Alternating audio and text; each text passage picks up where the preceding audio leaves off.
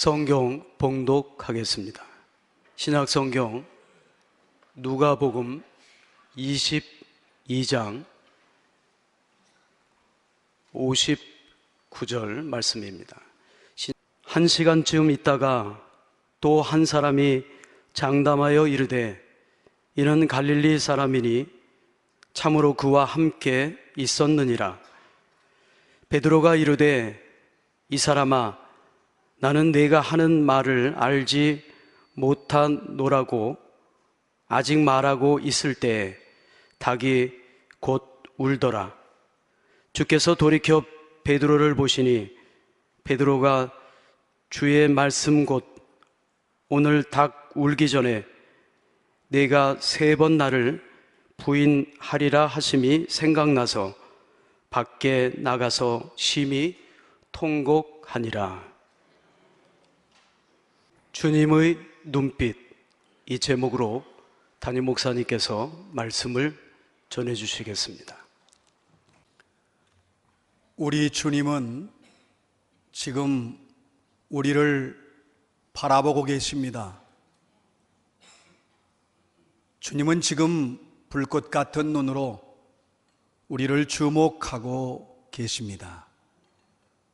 주님은 사랑 가득한 눈빛으로 우리를 바라보십니다. 우리는 사랑 가득한 이 주님의 눈빛을 볼 수 있어야 합니다.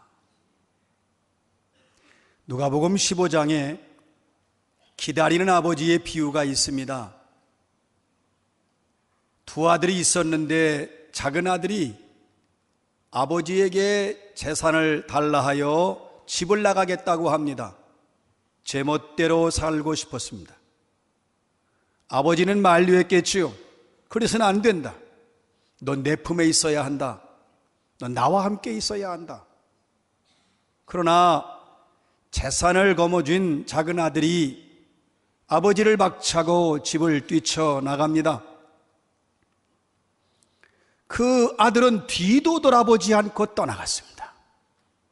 아버지는 그 집을 나가 먼 길을 떠나는 그 아들의 뒷모습을 뚫어지게 봅니다.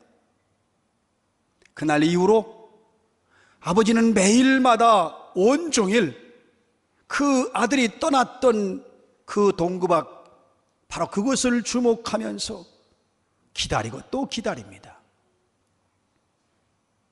이 아버지는 그 애절하게 애타게 오늘이나 올까 내일이나 혹시 올까, 아무리 기다려도 아들이 오지 않지만 아버지는 포기하지 않습니다. 그 다음 날도 아버지는 변함없이 집 밖에 나가서 아들 오기를 기다립니다. 그런데 어느 날 놀라운 일이 일어났습니다. 아주 초췌하고 남루하고 마치 거짓골을 한 어떤 한 사람이 저 멀리에서 나타나는데, 아버지는 곧바로 그 사람이 바로 자기의 아들인 것을 알아보셨습니다. 그래서 아버지가 그 아들을 향하여 달려나갑니다. 그 아들을 아버지가 보는 순간, 부끄러워 감히 아버지를 볼 수 없던 그 아들이 아버지를 보는 순간, 그 아버지의 눈빛이 용서의 눈빛이었습니다. 사랑의 눈빛이었습니다. 자비로운 눈빛이었습니다. 그리고 그 아버지의 눈은 기쁨과 감격의 눈물로 가득한 사랑의 눈빛이었습니다. 그만 이 눈빛을 보는 순간 아들은 무너지고 말았습니다. 통곡을 하지요. 하늘과 아버지께 죄를 지었습니다. 나는 이제 아들이라고 말할 수 없으니 아버지, 나를 종으로 써주십시오. 여러분, 이토록 애타게 기다리시는 그 아버지의 사랑 가득한 자비와 용서의 눈빛이 우리를 사랑하시는 하나님 아버지의 눈빛인 것을 아셔야 합니다. 가룟 유다가 예수를 배반합니다. 그래서 제사장들이 보낸 체포조에게 예수를 인계합니다. 예수님은 체포되셔서 두 손이 묶인 채로 끌려갑니다. 그 끌려가신 예수님은 제사장의 집안에서 신문을 당하는데 사람들은 침을 뱉습니다. 손바닥으로 얼굴을 때립니다. 때리고 모욕하고 온갖 수치를 다 예수님에게 가했습니다. 여러분, 말이라도 곱게 한 것이 아닙니다. 내가 선지자냐? 한번 해봐라. 예수님을 손바닥으로 내려치면서 누가 너를 때렸는지 맞춰봐라. 여러분, 그런데 이 자리에 사랑하는 제자 베드로가 있었습니다. 베드로는 예수께서 체포되시자 살겠다고 다른 제자들과 함께 도망쳤어요. 그러나 일말에 양심의 가책은 있었는지 도대체 예수님이 잡혀가시면 예수님이 마지막일 텐데 그 결과나 보자. 가까이 가자니 두렵고 멀리 있자니 죄송스럽고 그래서 멀찍이 따라가다가 예수님이 신문당하시는 제사장의 집에 들어갑니다. 사람들은 늦은 밤 추위를 이기려고 불을 쬐고 있었습니다. 베드로도 그들 틈에 숨어들었습니다. 아무도 모른다고 생각을 했습니다. 그런데 그 불을 쬐고 있는데 그 불빛에 베드로의 얼굴을 확인한 한 여종이 말합니다. 당신도 지금 저 신문 받고 있는 저 사람과 함께 있었다. 그때 베드로는 두려움에 가득 찬 눈빛으로 나는 그를 모른다. 분명하게 부인합니다. 지금 예수님은 맞으시면서 조롱당하시고 모욕을 당하시는데 베드로가 부인한 것을 알고 계십니다. 잠시 후에 또 한 사람이 말합니다. 너도 그들과 한패다. 내가 반드시 너를 본 것을 내가 확신한다. 이번에는 베드로가 아주 비열한 눈빛으로 나는 아니다. 절대 아니다. 나는 저 사람과 함께 있지 않았다. 여러분, 지금 예수님은 두 번째 예수가 자기와 상관없다고 부인하는 베드로의 모습을 알고 계셨습니다. 1시간쯤 지났습니다. 계속 예수님은 신문당하시고 조롱당하시고 채찍에 맞으시는 그때입니다. 그런데 한 사람이 장담합니다. 내가 장담하건대 저 사람 저 갈릴리 사람과 함께 있었다. 그러자 베드로가 저주하며 맹세하면서 나는 네가 하는 말을 모른다. 여러분, 성경은 저주했다고 그랬어요. 자기가 살기 위해서 예수를 욕한 거예요. 여러분, 저주할 때 부드럽게 하십니까? 저주할 때 여러분 편하게 하십니까? 내가 살아야 되는데, 그래서 저주하는데 얼마나 그 눈빛이 무서웠겠어요. 베드로는요, 살기 위해서 몸부림치면서 예수를 모욕하는 눈빛, 예수를 저주하는 눈빛, 거기 모여있는 사람과 함께 자기도 그들처럼 예수를 조롱하는 눈빛을 해야 살아나거든요. 그 일순간의 위기를 모면하려고 베드로의 눈빛은 지금 예수를 신문하고 조롱하는 사람들과 똑같이 예수를 모욕하고 예수를 저주하고 예수를 비웃는 눈빛을 하고 있었습니다. 여러분, 상상할 수 없는 일을 베드로가 하고 있는 것입니다. 지금 예수님은 고난당하시면서 그 모욕과 수치를 당하는 그것이 치욕스러운 것이 아니고 그것이 힘든 것보다도 그렇게 믿었던 베드로, 3년 동안 함께 먹고 마시고 그리고 말씀을 듣고 기적을 보고 한때는 주는 그리스도시요 살아계신 하나님의 아들이라고 고백했던 그 베드로가 예수를 한 번도 아니고 3번씩이나 부인하는 그 모습 속에 예수님의 마음은 찢어집니다. 바로 3번째 부인이 끝나자마자 그 말이 마치기가 무섭게 닭이 울어요. 여러분, 닭 소리를 다 들었어요. 거기 모인 사람도 들었을 것이고, 그런데 예수님과 베드로만 그 닭 소리가 무슨 뜻인지 압니다. 닭 우는 소리에 우리 주님이 갑자기 고난당하시면서 수치와 모욕을 당하시면서 고개를 돌려서 지금 불을 쬐고 저주하는 눈빛으로 예수를 지금 부인하고 있는 그 베드로를 바라보십니다. 그것이 오늘의 말씀 누가복음 22장 61절 이렇게 말씀합니다. 주께서 돌이켜 베드로를 보시니 베드로가 주의 말씀 곧 오늘 닭이 울기 전에 내가 나를 부인하리라 하심이 생각나서 62절 밖에 나가 심히 통곡하니라. 여러분, 베드로는 예수님이 자기를 보리라고 생각하지 않았습니다. 왜냐하면 숨어 있었거든요. 자기는 부인하지만 예수님이 그 자기가 부인하는 걸 모른다고 생각했습니다. 그런데 예수님이 고개를 돌려서 몸을 돌려서 그 손에 묶인 채로 그 치욕을 당하시면서도 고개를 들어 베드로를 향하십니다. 여러분, 예수님이 꿰뚫어 보신 겁니다. 그 예수님이 꿰뚫어 보시는 그 예수님, 베드로와 예수의 눈이 마주칩니다. 여러분, 이건 베드로만 알고 예수만 알지요. 예수님은 한마디도 안 하십니다. 그냥 눈으로 베드로만 바라보시고 베드로는 살기우했다고 그 몸부림을 치고 예수님의 눈과 베드로의 눈이 마주칩니다. 여러분, 베드로의 눈빛은 어떠했을까요? 저주하는 눈빛이죠. 같이 저주해야 한패가 아니라고 살아날 테니까요. 모욕하고 그리고 맹세하고 분노하고 미워하고 화가 난 눈빛을 하고 있어야 그 자리에서 베드로는 살아날 수 있습니다. 그런데 우리 예수님의 눈빛은, 그 베드로가 예수님의 눈빛을 보는데 그 예수님의 눈빛은 사랑이 가득한 눈빛이었습니다. 자비로운 눈빛이었습니다. 주께서 돌이켜 베드로를 보시니, 여러분, 그 눈빛은 용서의 눈빛입니다. 온유하신 눈빛입니다. 여러분, 지금 예수님은 수욕과 그 모욕과 수치를 당하시고 매맞으시면서도, 거기다가 또 베드로가 3번씩이나 부인하는 그 상황에서도 예수님의 눈빛은 변함이 없습니다. 여러분, 이것은 베드로를 얼마나 사랑하셨는지 알 수 있는 거예요.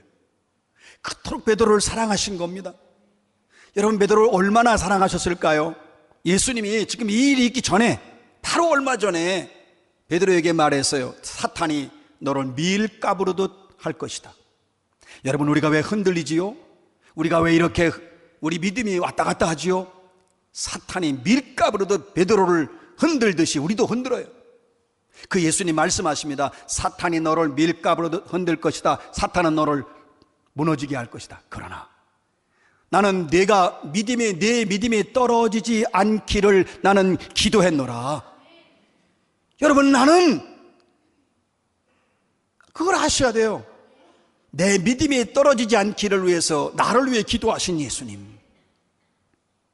그러면서 말씀하십니다. 내가 돌이킨 후에 내 형제를 굳게 하라.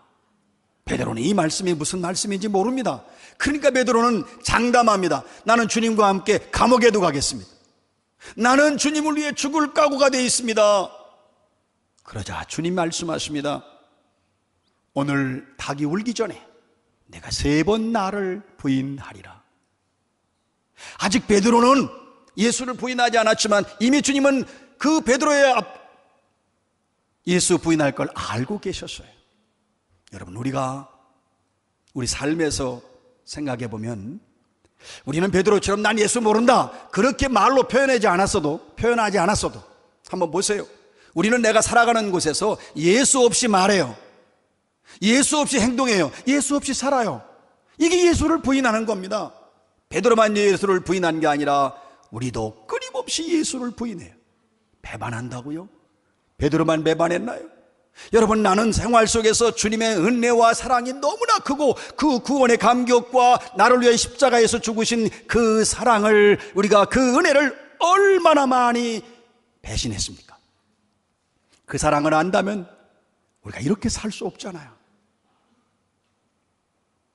그럼에도 불구하고 주님은 다 알고 계셔요. 놀라운 것은 주님은 베드로를 책망하지 않으십니다. 너 인간이 그래서 되겠냐? 너 어쩌면 그럴 수 있냐? 아니, 내가 나를 모른다. 세상에 너는 인간도 아니다. 주님은 그러지 않으셨어요. 주님은 책망하지 않으셨습니다. 내가 나를 저주하며 부인해. 나 너 얼굴 다시는 보지 않겠다. 그렇게 말씀하지 않으셨어요. 전 베드로를 사랑하십니다. 베드로를 받아주십니다. 여러분, 지금 예수님은 매맞고 모욕당하고 거기다가 또 베드로가 부인까지 하는, 다른 사람은 몰라도 어떻게 너까지 그런단 말이냐, 그런 심정이었을 텐데도 불구하고 우리 주님은 사랑이 가득하십니다. 지금 주님은 그 순간 베드로를 보시면서, 주님은 아무 말씀 안 하시지만 그 말씀 속에서 베드로가 예수님의 음성을 듣습니다. 내가 나를 저주하고 살 수만 있다면 그렇게 해라. 나는 너를 안다. 내 마음도 안다. 내가 나를 부인하고도 내가 살 수 있다면 그렇게 해도 좋다. 내가 나를 저주한다고 해도 나는 너를 나무라지 않겠다. 여러분, 이거 예수님의 이 따사로운 눈빛, 거기에 베드로가 무너지는 거예요.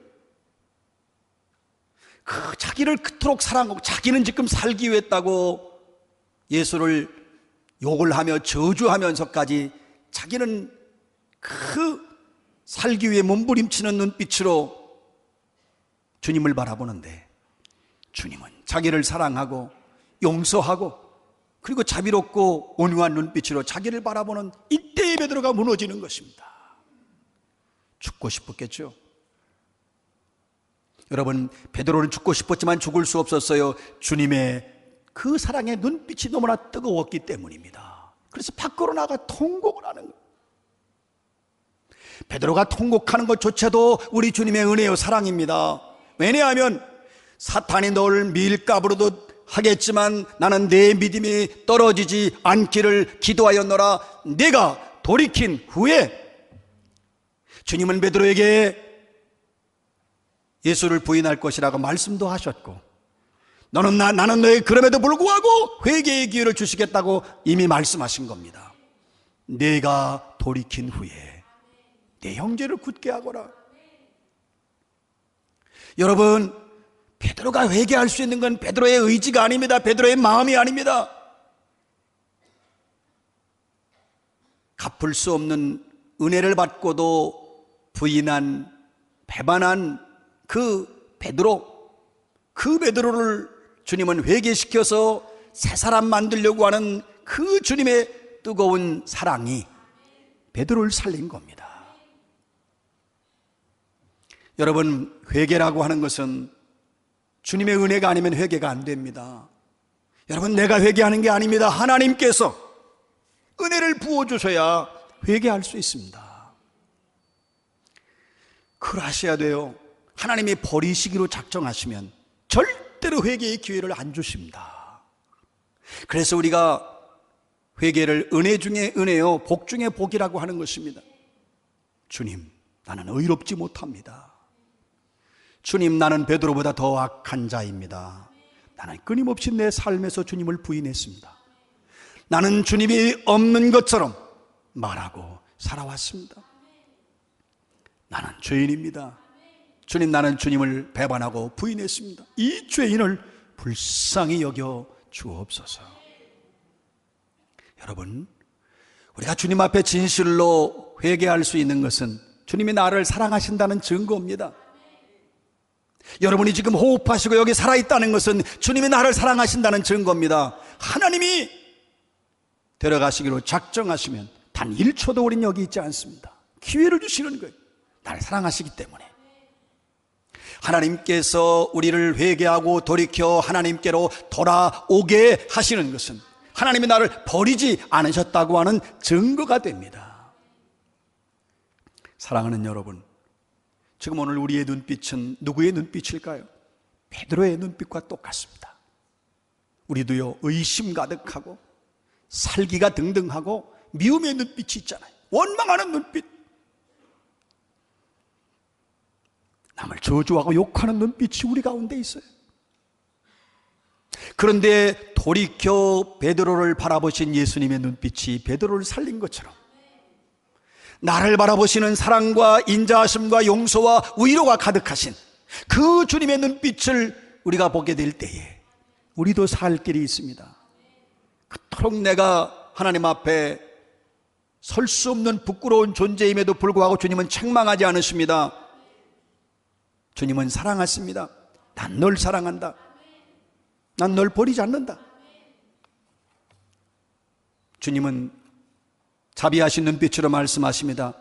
너는 살아가면서 수없이 나를 부인했지만 나는 너를 단 한 번도 부인하지 않는다.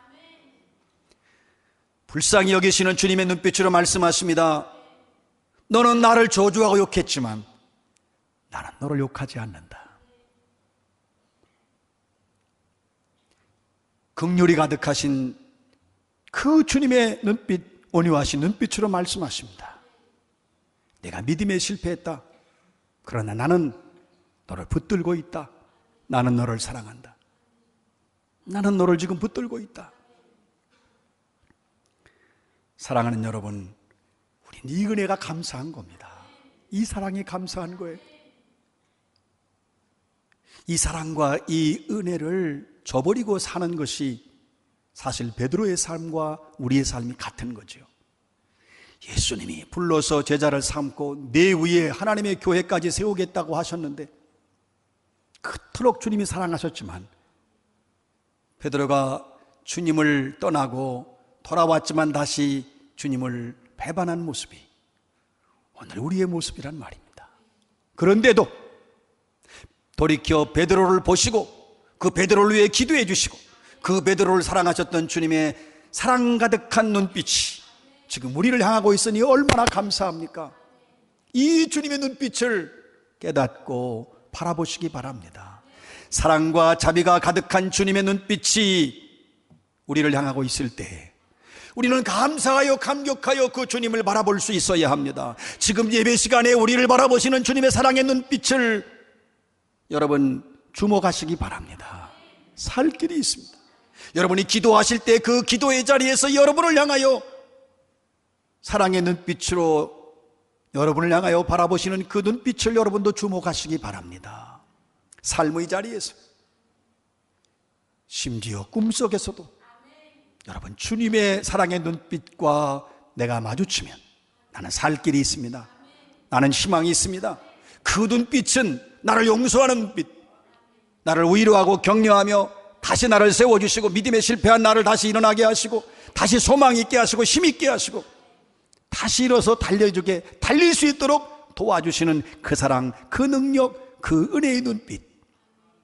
사랑하는 성도 여러분, 모든 시간에 여러분 일생 동안 여러분의 시선은 사랑 가득한 주님의 눈빛에 맞추고 살아가시기를 주의 이름으로 축원합니다.